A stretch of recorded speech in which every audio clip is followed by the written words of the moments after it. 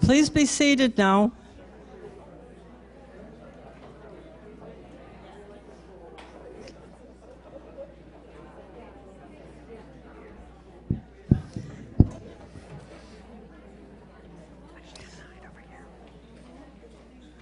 Okay.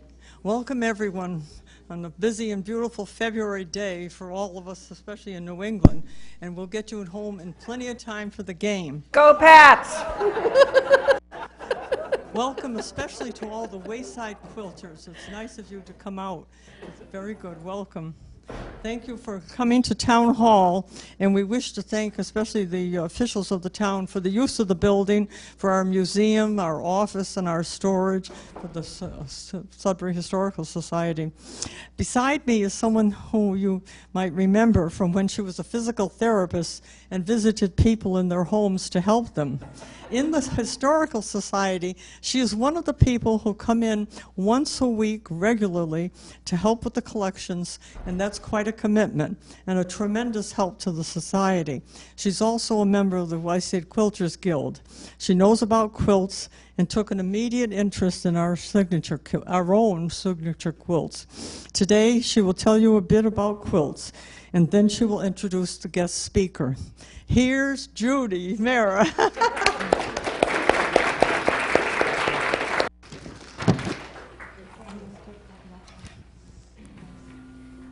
Okay, I'm going to hope that I hold this in the right place. I've gotten instructions of where to hold it. We are really lucky here in Sudbury to have our own 3 quilts, 2 antique quilts and one that is within this decade. The first friendship quilt that we got was the one on my right.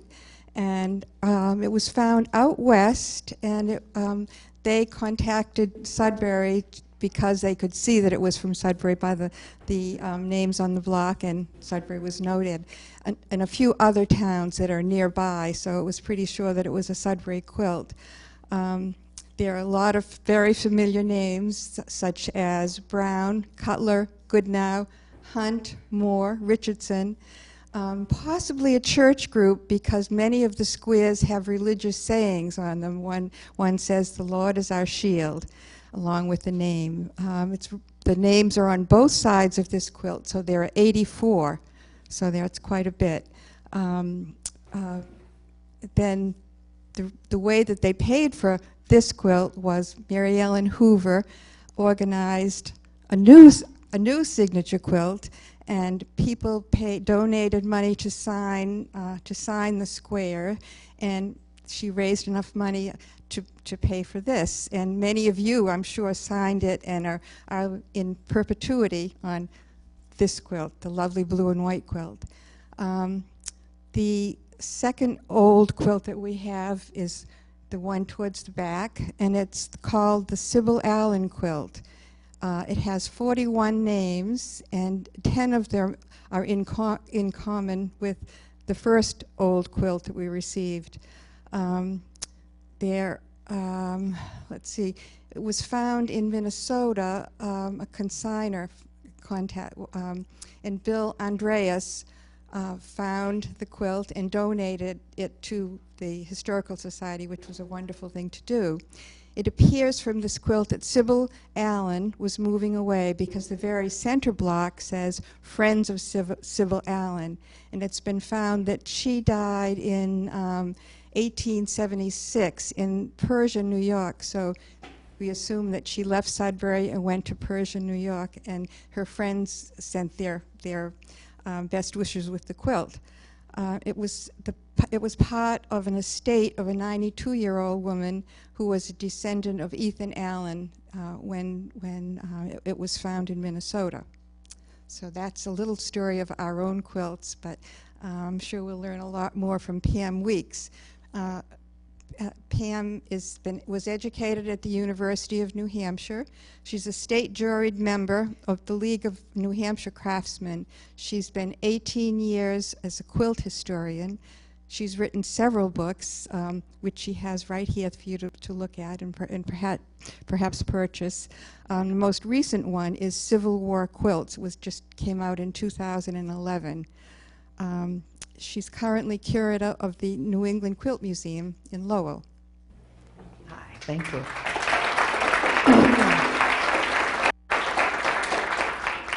Thank you for having me today. Thank you. I have a degree in recreation resource management, and I ski and I do a lot of hiking, and people wonder how I became a historian, because everybody who hears the word quilt historian thinks that we have white hair, very active. But I became a quilt historian because I've been a quilter for 36 years, and I could never afford to buy the antique quilts that I wanted. So I took a class called Old, No It's New, and learned how to reproduce antique quilts, which then got me into loving the old fabrics and wanting to learn about the old fabrics. So I started taking classes. I eventually became a certified appraiser of quilted textiles through the American Quilter Society, and then began taking more and more quilt history classes and just fell in love with antique quilts. A little bit more about my background will tell you why signature quilts grabbed me. I'm the 10th generation in my father's family to live in New Hampshire. I knew somewhere out there had to be, with a number of grandmothers and great-grandmothers and great-great-grandmothers, somewhere out there there's a quilt with some of my women's family names on it. So I started studying them and researching them and looking at collections. And my grandfather was also a genealogist, and one of the things I loved to do was work on our family genealogy. Now, just to back into the signature quilts a little bit, a signature quilt they have many names, and I'll use signature quilt in. Gone completely? Nope, here it is again. I do have a very loud voice, so if we run out of mic, I have no problem. You'll have no problem hearing me in the back. Inscribed quilts means quilts that are written on, and that's what quilt historians are beginning to call them as a generic term to cover a quilt that has multiple signatures. So the true definition of an inscribed quilt is a quilt that has 2 or more names inscribed on the surface. There is a long history of women writing on textiles. Some of the earliest writing that we see on textiles is, imagine a household, could be your household, and you have 10 pairs of white sheets. How do you inventory your white sheets? How do you determine how many have been used? Let's say household, some of the sheets belong to you, some of them belong to your sister-in-law. You begin marking your sheets back in 1720, 1780, whenever. So at first, sheets were marked with cross-stitch, and then as inks became more reliable, people began putting inventory marks or signatures on their sheets, on their drawers, on their handkerchiefs. So women were writing on quilts. Nobody has ever found the piece of paper or the letter from Susie to Jim or the women's Godey's Ladies Book magazine article that says, okay girls, go out and start making signature quilts. So we have to do some guessing as to why they started. If you had a fashionable household in the 1810s, 1820s, when someone came to visit you, on the table in the parlor there would have been an autograph book. And your friends would come in and they would ink a sentiment, or they would ink a statement, or just their name and the date of their visit. And somewhere between the 1820s and the beginning of the huge fad, which signature quilts were, people started writing on quilts. And we have several examples earlier in the century of 1 or 2 names on a quilt. But the fad really exploded and was most popular between the 1840s and the 1860s, and your wonderful quilts fall into that category. Why? Well, I had heard the term that one of the quilt historians uses called reifying, or making real your community. If you are living in a neighborhood and you love everyone there and you're making a special quilt, how cool would it be to go have everyone in your neighborhood sign it? It makes your neighborhood real. I've been married a couple of times, and the first time I got married, my auntie organized my first signature quilt. It was made for Pam and Charlie. Is it April 2nd, 1978? And this quilt was put together and embroidered by one of my cousins, and it contains my family community at that time. I really was struck today by how powerful this was. I haven't had this quilt out since my mother died. And there's my mother's signature. Imagine being a woman whose husband has decided that the best thing for them to do is to move from Sudbury to New York or to Ohio. Your friends get together, they each sign a block, they make it into a quilt, and your community travels with you. So the Western migration, the huge migration that began in the late 1830s and into the 1840s, probably had to do something with the huge fad in signature quilts. As early as, I think the earliest documented quilt that was used for fundraising that's inscribed was used at an anti-slavery fair in Boston, and it's in the collection of Historic New England and is inscribed in 1836. So a lot of things began happening. Women were looking for a method of expression, and so that might be another reason that we started writing on quilts. Lots and lots has been written on signature quilts, and if you get a serious interest after my talk today, I have brought a bibliography. A few sheets are already gone, but I refer to these major sources, and I've got one important quote I'd like to read to you from Ricky Clark. It explains another piece. Women's roles were changing as 19th century society moved from an agrarian to an urban industrial society, another major social change. In the former predominantly rural society, women worked alongside their men, producing tangible goods for survival.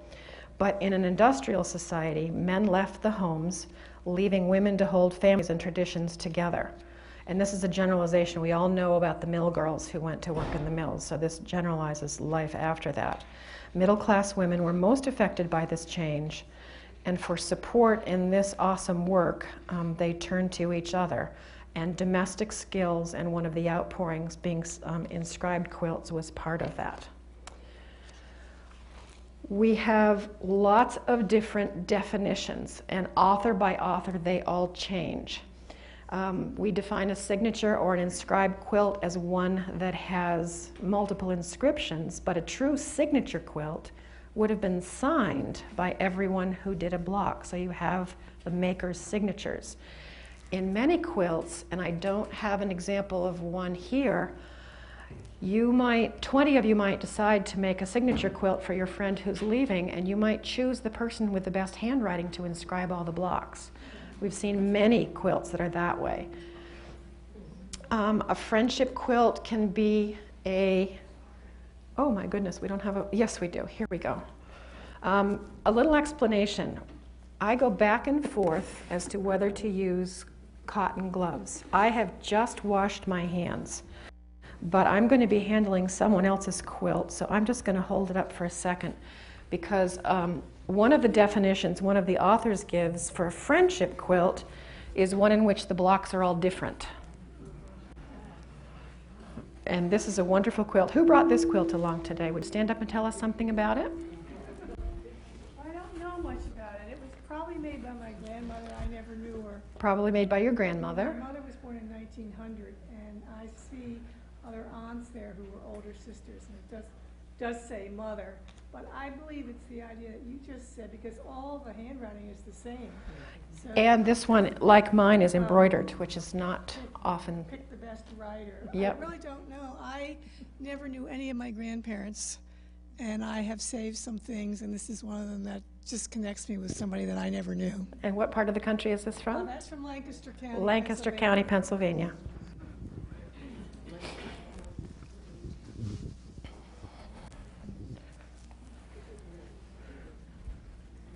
Thank you for bringing that.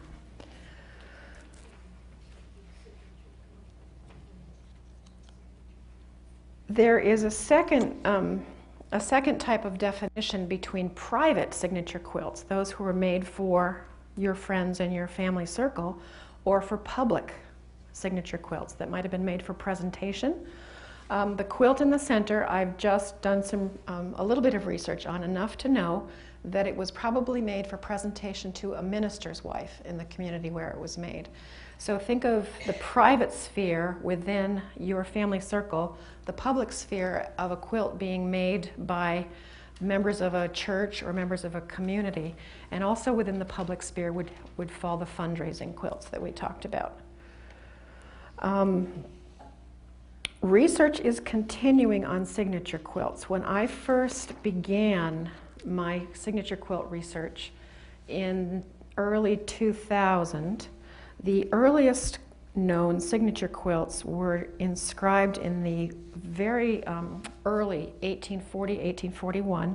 Barbara Brackman was the historian who did the most work on them and said that they probably started in the mid-Atlantic states. But in other research that I've done, the earliest one, now Laura, we have a set of blocks that are dated 1836, and those are Maryland, Boston. Laura and I both work at the New England Quilt Museum. Laura's the collections manager there. And then in another part of my research, we uncovered a quilt made in Charleston, Massachusetts, that's dated 1837 and 1838. So that's about the earliest. As I said, they got very popular as the 1860s went on. And my latest research on the Civil War quilts, and I would like help with this one.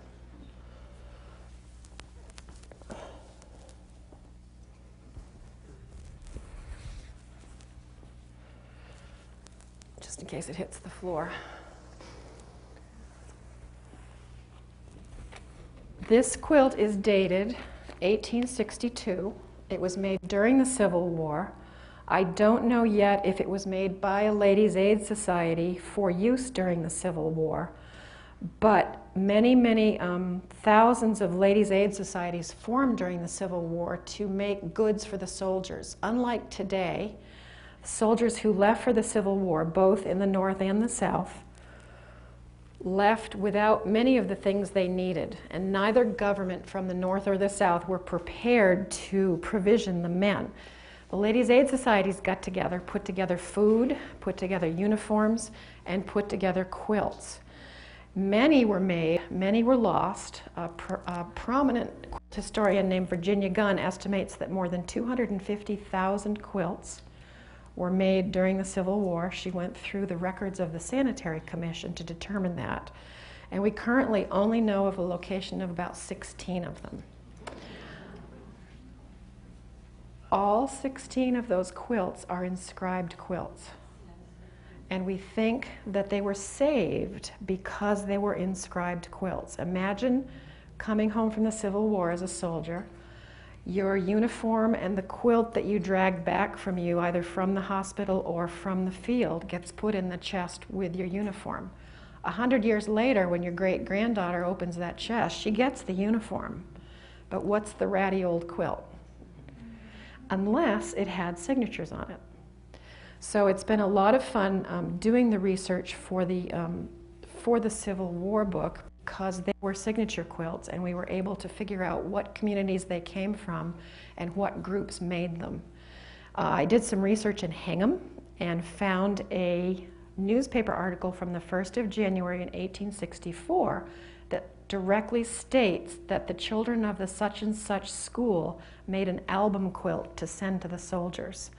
And the Civil War quilts in particular are wonderfully moving because they are covered not only with the names of the children or of the makers, but verses that inspire the soldiers, verses that are, there were biblical verses, there were verses from popular poems and verses from popular hymns at the time.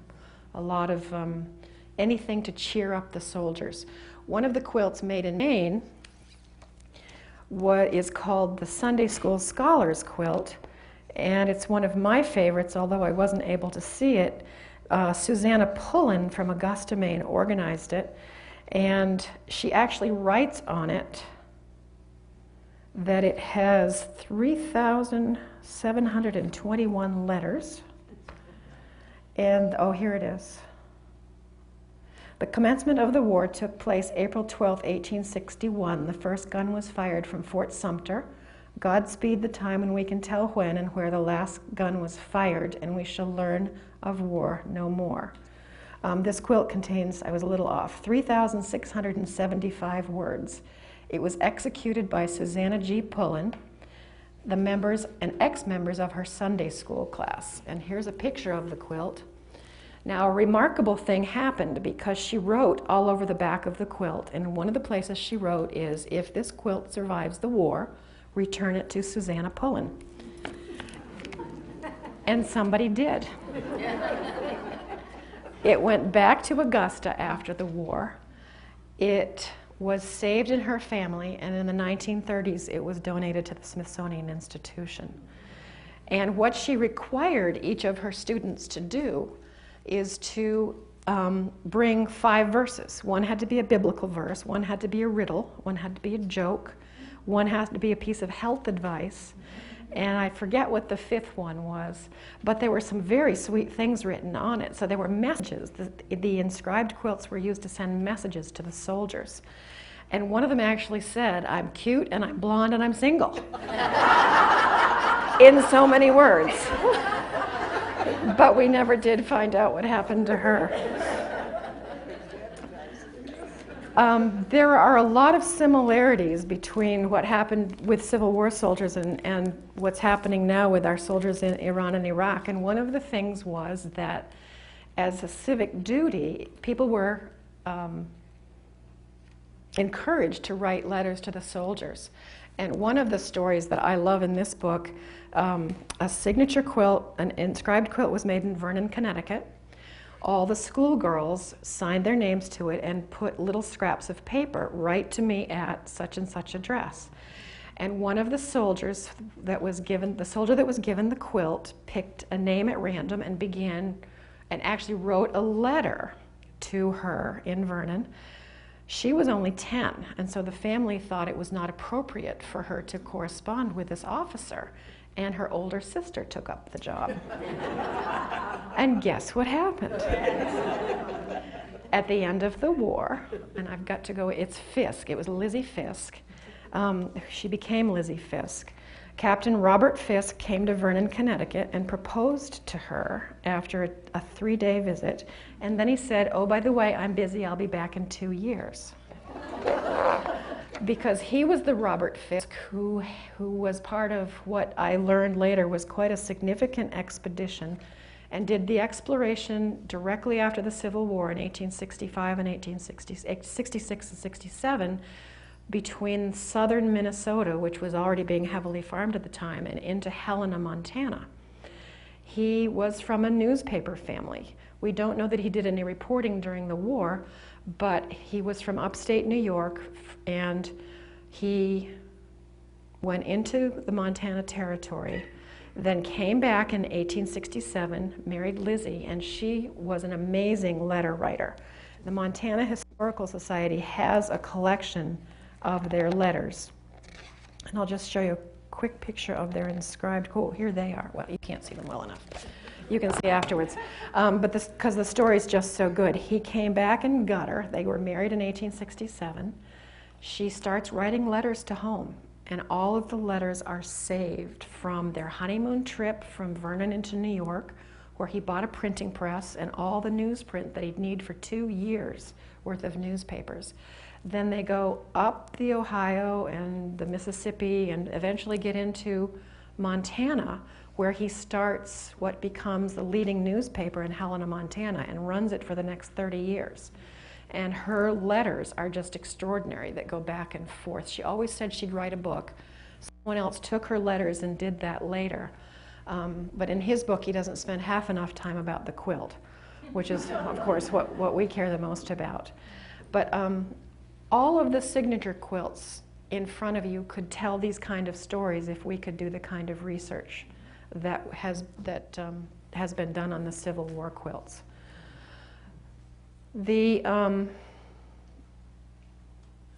The next quilt that I'll show you is from my collection as well. And again, I have freshly washed hands, and this is what I call a study quilt. It doesn't have a lot of monetary value, but I bought it to live up to my nickname in southern New Hampshire as the dirty old pink and brown quilt lady. Not me, I buy pink and brown dirty old quilts. And what I can learn from that is that someone was playing with smaller size blocks. She was enjoying her color work. But the real reason I bought it, that you'll be able to see when you come up and take a good close look afterwards, is it looks to me like a different kind of ink than anything I've seen before. And so I bought it to study how the thing was inscribed. Does everybody know what why the quilt is, let your end drop please, why the quilt is shaped this way? Four-poster bed, thank you. We're doing better. Everybody used to say that's what you tucked over the pillows, but no, it's the four-poster bed. Thank you. We'll just put that one back down. There are no dates on that one. It's only inscribed with names, and so to date it, I have to have a really good knowledge of the fabrics that are in that quilt, and I would date it circa 1880, which gives me 10 years on either side of that date. If you ever see a circa date, that's usually what that means. All right, let me just make sure I haven't missed anybody in here. A couple of the authors get really picky with their definitions. One of them says a legacy quilt might be an album quilt where the maker wanted all the patterns to be saved, and so she made all her favorite patterns to pass down in the family. A freedom quilt, those have been documented, that are made by women in a family to give to a son when he comes of age. There have been a couple that have been documented. I think one is in the Connecticut Quilt Documentation book. And there has been a death watch quilt that was documented. A woman lay dying of consumption in her bed, and everyone who came to visit her signed a quilt block. And then there are also, especially in the I've got the wrong, Laura. The Pennsylvania inscribed quilts have a special name, and I'm not remembering it, but they included family genealogical information. Fracture quilts, where they didn't just include the family names, but dates of births and deaths of different family members. But those are pretty small definitions within the general definition of inscribed quilts. I've already told you that the most popular period was between 1840 and 1865, but they're still being made today for many different reasons, including my wedding quilt and a fundraising quilt.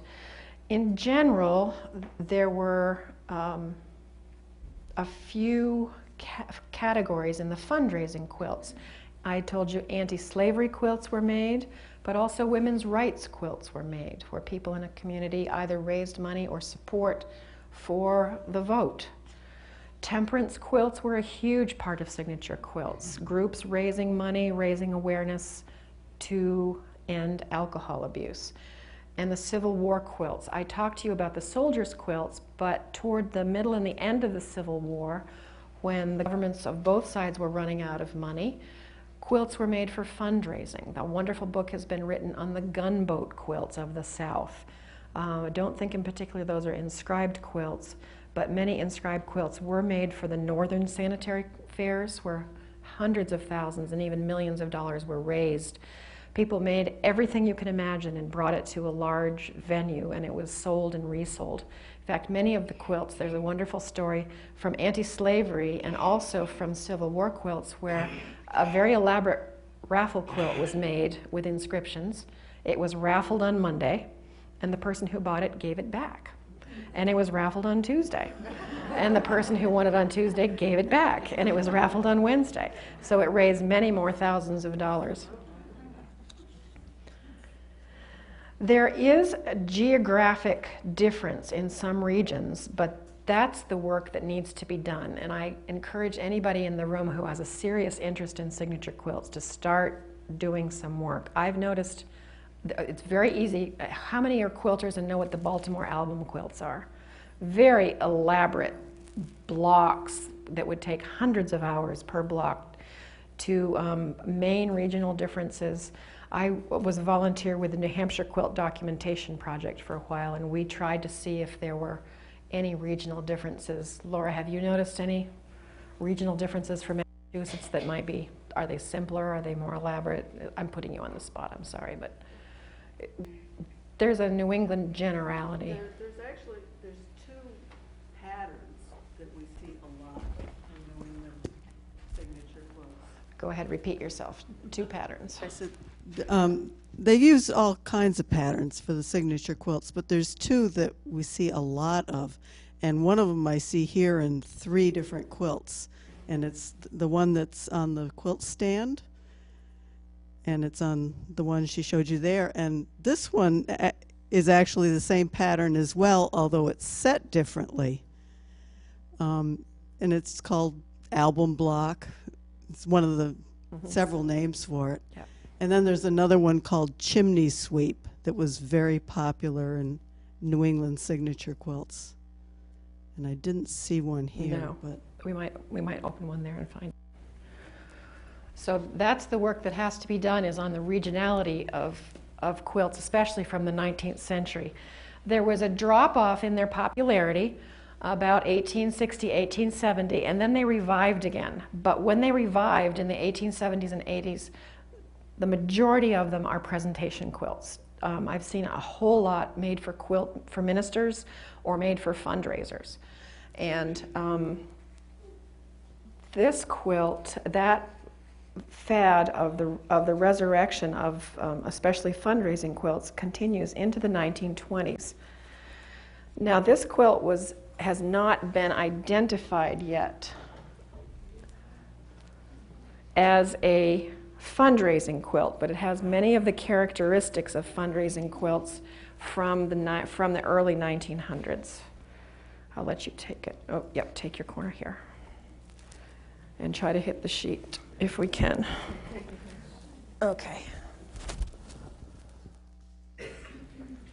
After the crazy quilt revival, or crazy quilt fad in the late 1800s, two-color quilts, either red and white or blue and white, became even more popular in the 1880s into the early 1900s. I've documented several quilts from the early 1900s, not like this pattern, but with hundreds of signatures on it, as this one has. Whose does this belong to? Where are you? Microphone? Will you tell us something about this one, please? Oh, sorry. You all right? I call it a 4-generation quilt. I actually have a picture showing the 4 generations. My great-great-grandmother, who was in New Jersey, started this, and then she moved to Illinois, and the rest of it was done in Illinois. And her daughter, my great-grandmother, her name appears several times, so as Pam said, it's probably a fundraiser. Maybe. Also, we don't know. yeah, maybe. Maybe. Also, I think the signatures are about the same. So I think somebody had some good handwriting. Yeah, I would agree. But I've identified some of my ancestors in it, and then some that I knew that were friends. So I don't know the purpose of it. She may have won it at raffles. She may have inscribed the most because she organized it. But she ended up with it. Yeah, she ended up with it. Maybe she arranged that too. She won. She won. Thank you.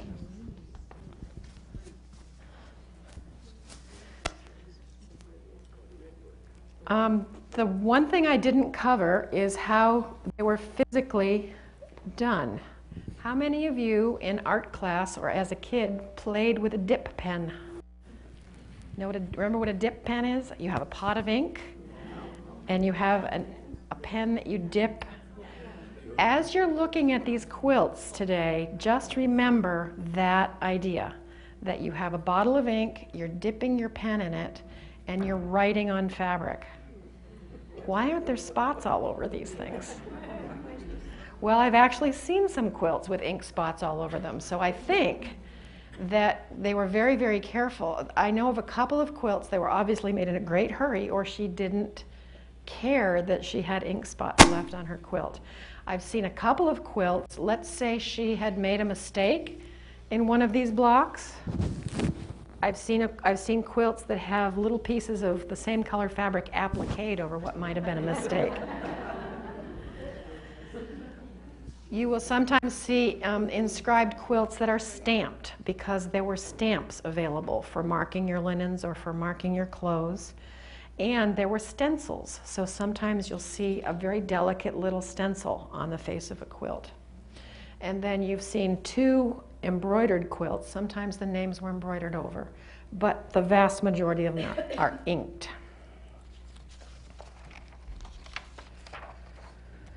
Well, that is the majority of my talk. Does anyone have any questions they'd like to ask me? Yes? Yeah, I have one question. Would you hold one moment? Just a reminder that this is being recorded and made available through the Sudbury cable. So keep it clean. Okay. The question I have is, what percentage of the people who signed the quilts use their maiden name as opposed to their Mary Jones, as opposed to their maiden name versus their married name? I have no idea. Yeah. But so you can't tell from the signature whether the I could only tell you that if I had been working on a specific quilt and I had done all the genealogy work on every person, which is what I often do. When I do work on every quilt I own has a notebook about this thick, and I first chart the quilt where every signature is. Then I do a color chart once I've determined family relationships. And there is no answer, there's no general answer to your question. It depends quilt to quilt.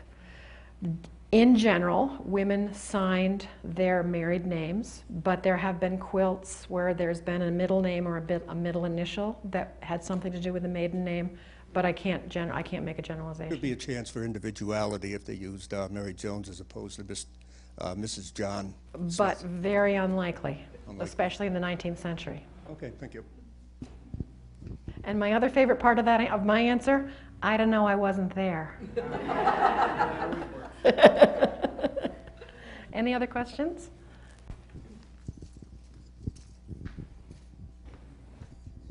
I just wanted to ask, is there a problem with ink from the past being a deteriorating factor? Because some of the inks were very acid. There is. If you look, my favorite one is the Frugal Housewives, I think it's called the Frugal Housewives Guide, has ink formula in it. And you could use any oak gall, you'd grind up an oak gall, you'd take soot from the chimneys of your lamps and mix them with different kinds of things. And you will see on these quilts the differences in the inks that were used. Some inks spread. There's also a lot of work been done. One of our local Massachusetts historians who's done a tremendous amount of work on this is Stephanie Hatch.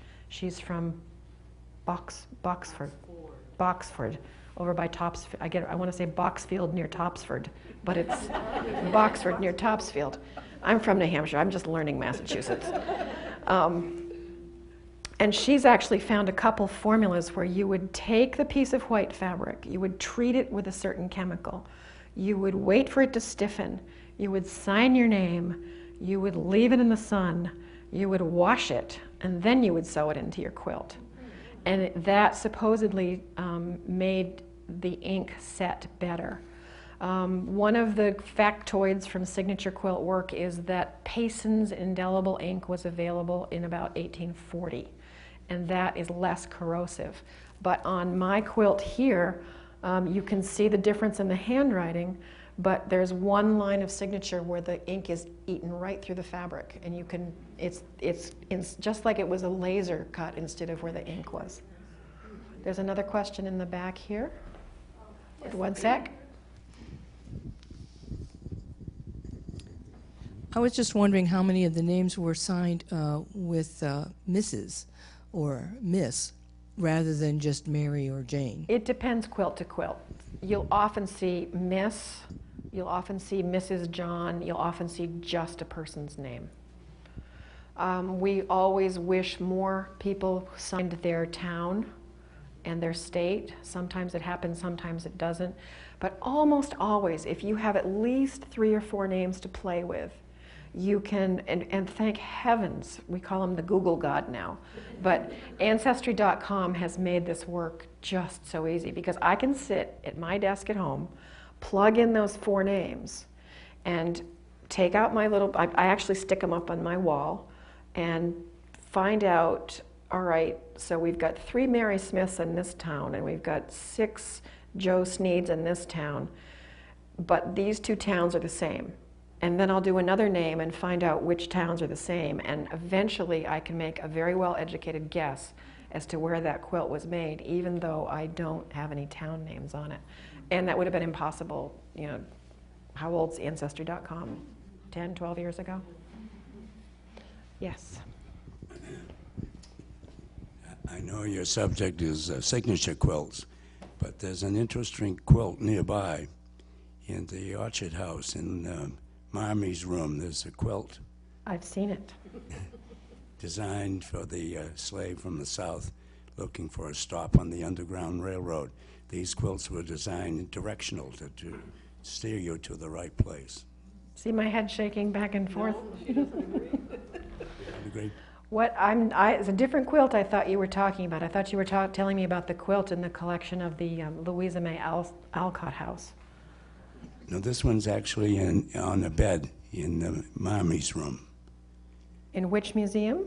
In Orchard House. Orchard House? Yes.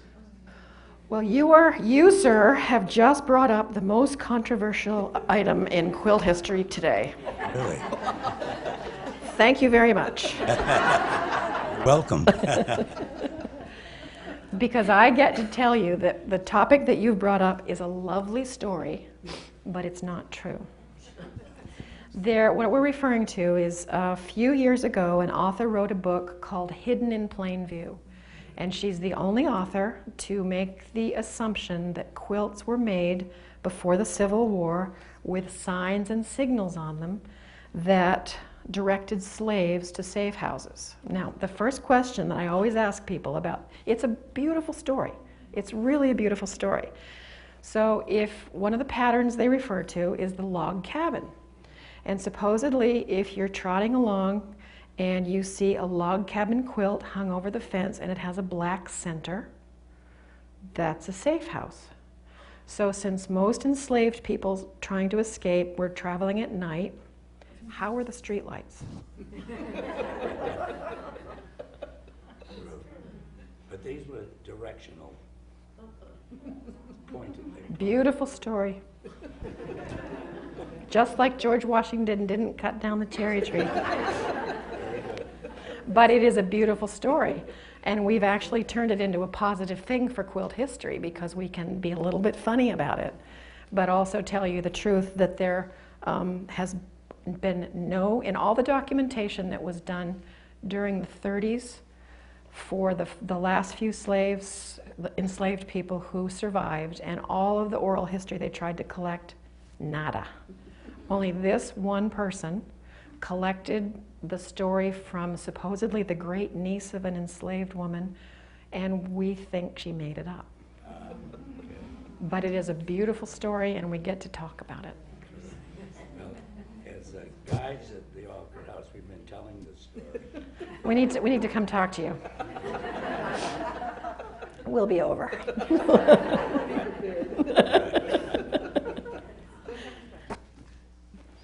You want to leave that with me, Lee, and I'll trot it back and forth. I have one question, and I think I'm going to squeak. Nope, I'll back away. Okay. With the quilts, how do you preserve them and not destroy the signatures and keep the fabric safe? You know, you just don't throw these in the washing machines. Oh gosh, no. So there's got to be a way or some substance that you use to preserve them so that this ink doesn't run, because it was used, the old ink pens. There's nothing that you can do beyond taking really good care of them. And taking good care of them is keeping them in a place out of light. If you have a signature quilt in your collection, display it once in a while and put it right back in its archival box wrapped in tissue and put it back on the shelf in the place in your house or your museum that's kept at a steady temperature and a steady humidity. Now, most of us don't have that. I store my quilts wrapped. I came with a tub today because when I travel, I'd want my quilts, if I drop that tub, not to fall in that mud puddle. So when I travel, they're in plastic tubs. But home at my house, they're wrapped in sheets or pillowcases, and they're on a metal shelf. They're not stacked too high, but they're out of the light, and they're in a place in the house that receives no direct sunlight, and it's hard to keep your house at the steady temperature and a steady humidity, but that would be the goal. But take them out, enjoy them. If you have cats, don't put them on your beds.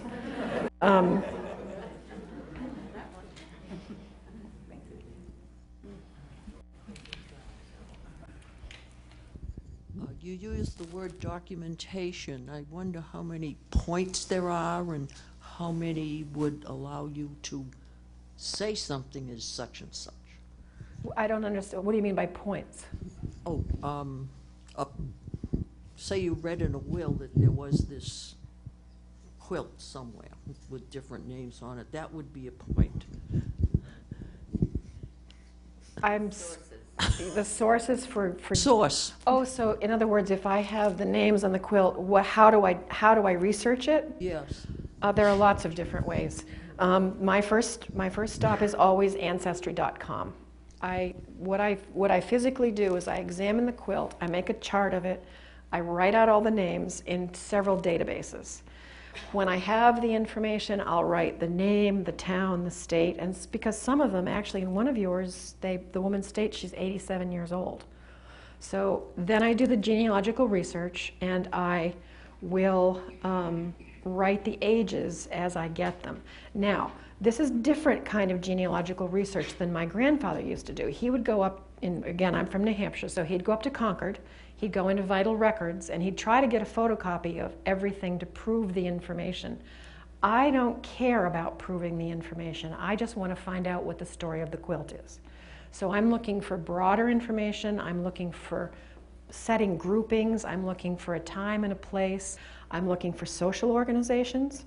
So my next stop, I was working on a Hudson, New Hampshire quilt. I went to the Historical Society. I found out what the churches, and it's not that quilt, but it looks just like it. I went to find out what the churches were, who the groupings were. The Historical Society could tell me who the different ministers were at that time. So is that the sort of question that you were asking, is how do I prove what I'm doing? Yeah. Whatever I find, I use. A very valuable tool now that didn't used to be online is many historical societies that have had volumes printed about their towns. They're available as Google Books. I was doing research on a town in Paris Hill, Maine, on a grouping in Paris Hill, Maine, and it's been scanned by the Harvard University Press, and I can type out the names and they pop right up the way they appear in the town history, which always have to be reproved because the guys who wrote them weren't always there, but that's another story. Thank you. You're welcome. Anybody else? Yes?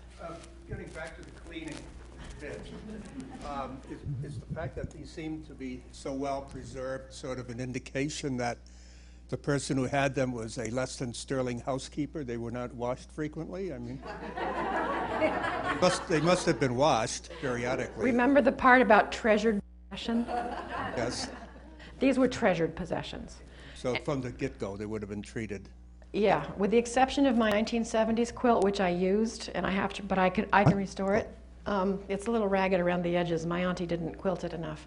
My 1970s quilt needs some work. It's a treasured possession, but these were truly treasured possessions. They were rarely used. You can just tell by the amount of wear that isn't on these quilts that they were put away and cherished. Yeah. So that's why they look so good. Okay, thank you. You really can't clean. And if you do anything from this talk, please never, never, never bring an antique quilt to the dry cleaner. Raise your right hand. I swear. Thank you. No matter what they tell you. Anyone else? Would you folks like to talk about your quilts? Some more? I just want to make a comment, Pam, that this program is sponsored by the Wayside Quilters, thank you, and the Sudbury Cultural Council, thank you, and the Mass Cultural Council. And the best person to have speak is Mary Ellen Hoover, if she'd care to. No? You don't? Okay. She's the one that put together the fundraising quilt. Okay. All right. Well, it was a labor of love to put together the fundraising quilt, and we tried to capture everyone here in Sudbury that was willing to donate money, and I forget how much it cost. I was going to ask you, did you have a set amount? Because often in the 19th century quilts, it would cost you more to have your name in the center of the block than it would in a petal. What was it, Mary Ellen? $20 or? It was $25 for one of the like 3 by 1.5 pieces. $25. Right, and a lot of families bought the entire block. But then a lot of people just wanted the sign, so that's why there's the border. Yep. Right. People that just wanted to there.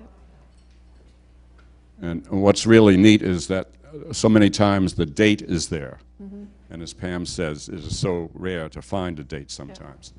Yeah. And so it might have cost you $25 for the fundraiser to do one block, and that's a block. One of those little white pieces was 25. So it's $25. So it's $100 a block. So that's $100. Yeah. Now, where did that money go? Well, the society had made the decision to buy this when the Spitzleys offered us, David and Marion Spitzley, who are antique dealers in Grosse Pointe, Minnesota, did their research and found that it came from probably Sudbury, Mass. And the trustees decided to jump ahead and buy it because it would never be offered again. And they found it, I believe, down in a tag sale in Alabama. So it had traveled, not unknown, but it was a remarkable condition, except the money raised to pay for this also paid for the conservation, the cleaning, and the reinforcement of areas with what type of technique is that, Pam? That you use the gauze. Is it, I call it gauze. the crepeline or the gauze that's sewn on the weak bits? I'm not seeing any. It's so nicely done you can't even see them, but it did have a big stain in it. You can clean a quilt by vacuuming it. You use a very low suction, you protect the surface with a screen, and you just run the vacuum over the surface so it can take surface dirt off. And you put the nylon stocking over the end of the... Of the conservation vacuum. Yes, yes. Which goes, instead of... Right. We once had an intern from Japan for 1 month, and we had to borrow Peggy Fredrickson's stocking. Where's Peggy? Never got her stocking back.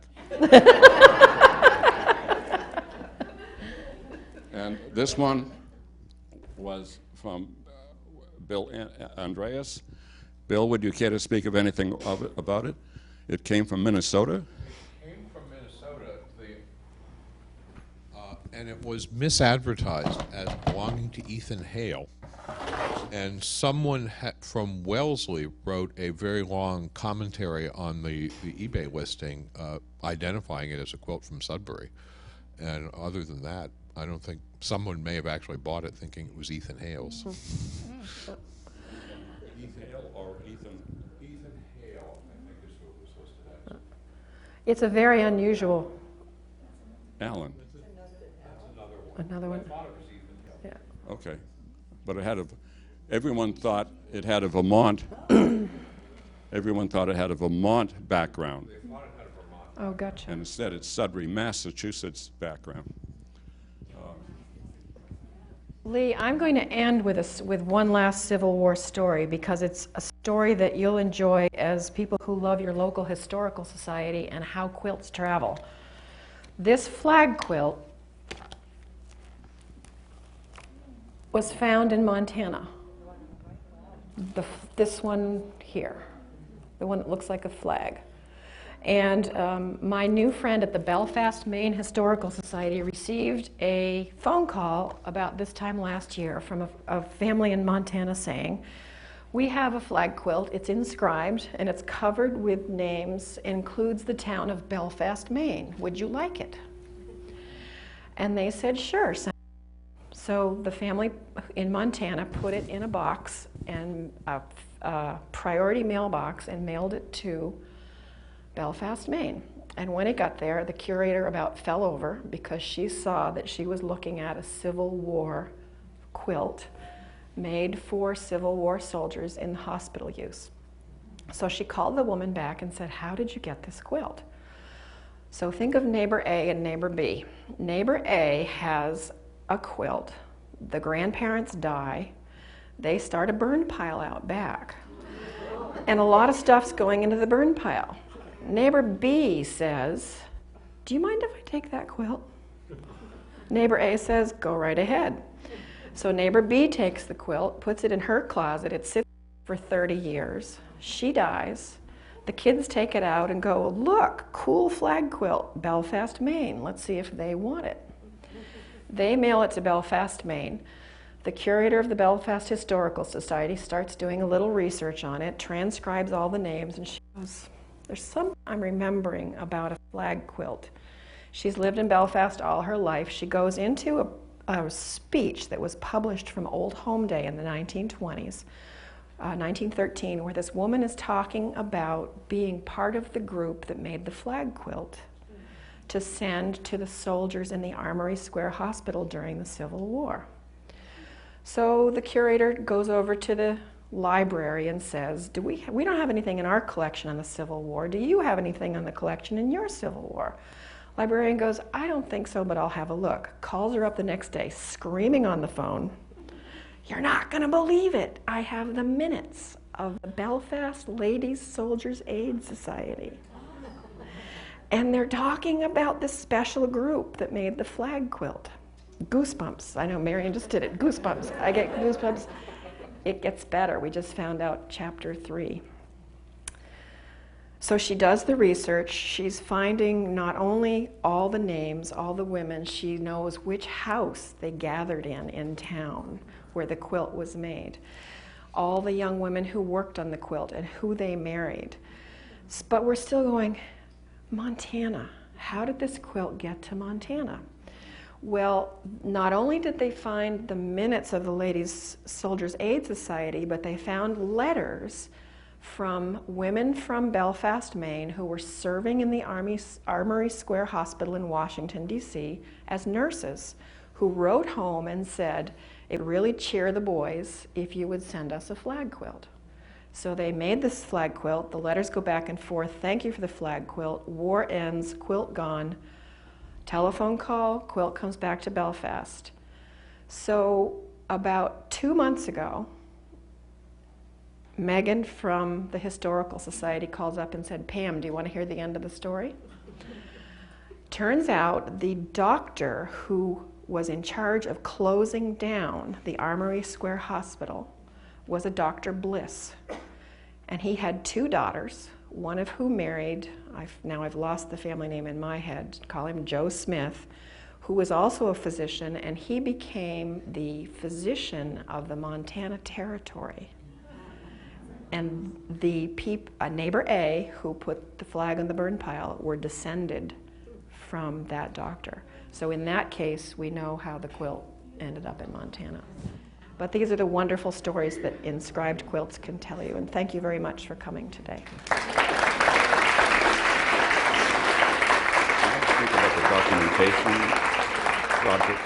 I can. Yeah. Lee's asked me to tell you about the different state documentation projects. Massachusetts has a very active documentation project. If you have any kind of family quilts, give us a call at the New England Quilt Museum or email questions at, and you will be given an appointment to have your quilt documented. And what that basically is do you have your file right there? Yep. Almost every state has either finished their project. In fact, Massachusetts has finished but is continuing. We look at your quilt, or the people from the Mass Quilt Documentation Project look at your quilt, you get a photograph, and you get information about it. So let's say you have a family quilt with no information, at least it'll get dated. And if you know enough information about your family, you can record it and make it part of the official record for the state of New Hampshire, Massachusetts, sorry, documentation. If you live in New Hampshire, we have one ongoing as well. Would you add to that? We have documented over 6,000 quilts in Massachusetts. More than 6,000 quilts have been documented in Massachusetts. And is there a charge? There is a charge. We do monthly at the New England Quilt Museum. It's the third Friday of every month by appointment, and it's $10 for museum members, and it's $15 for non-members per quilt. Per quilt. It's the third Friday of every month. There's a $10 charge for museum members and a $15 charge for non-museum members.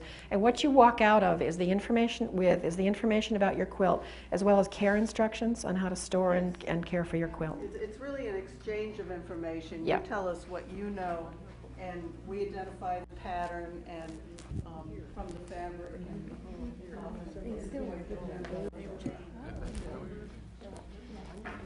We have one question here first. I was just going to add that you also get a little patch to apply to the back of the quilt with the number and other information. Yes, and that's why if you ever lose that information, you can contact the museum, and we have all that information in a database. Should I? Just a question, have all these projects resulted in a national database of quilts? There is a beginning of a national database of quilts. Not all the quilt projects have included their quilts. It's called the Quilt Index. MassDocs has put their quilts in it. So how many states altogether? Here. Right now we have the museum quilts that were documented in the Quilt Index. However, the data for the about 6,000 Massachusetts quilts has been sent just recently to the Quilt Index, and so sometime within the near future they will be uploaded into that index.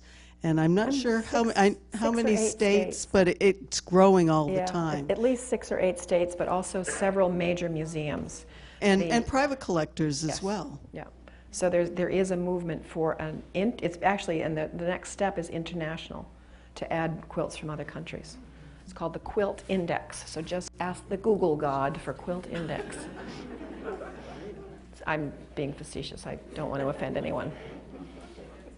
Thank you again.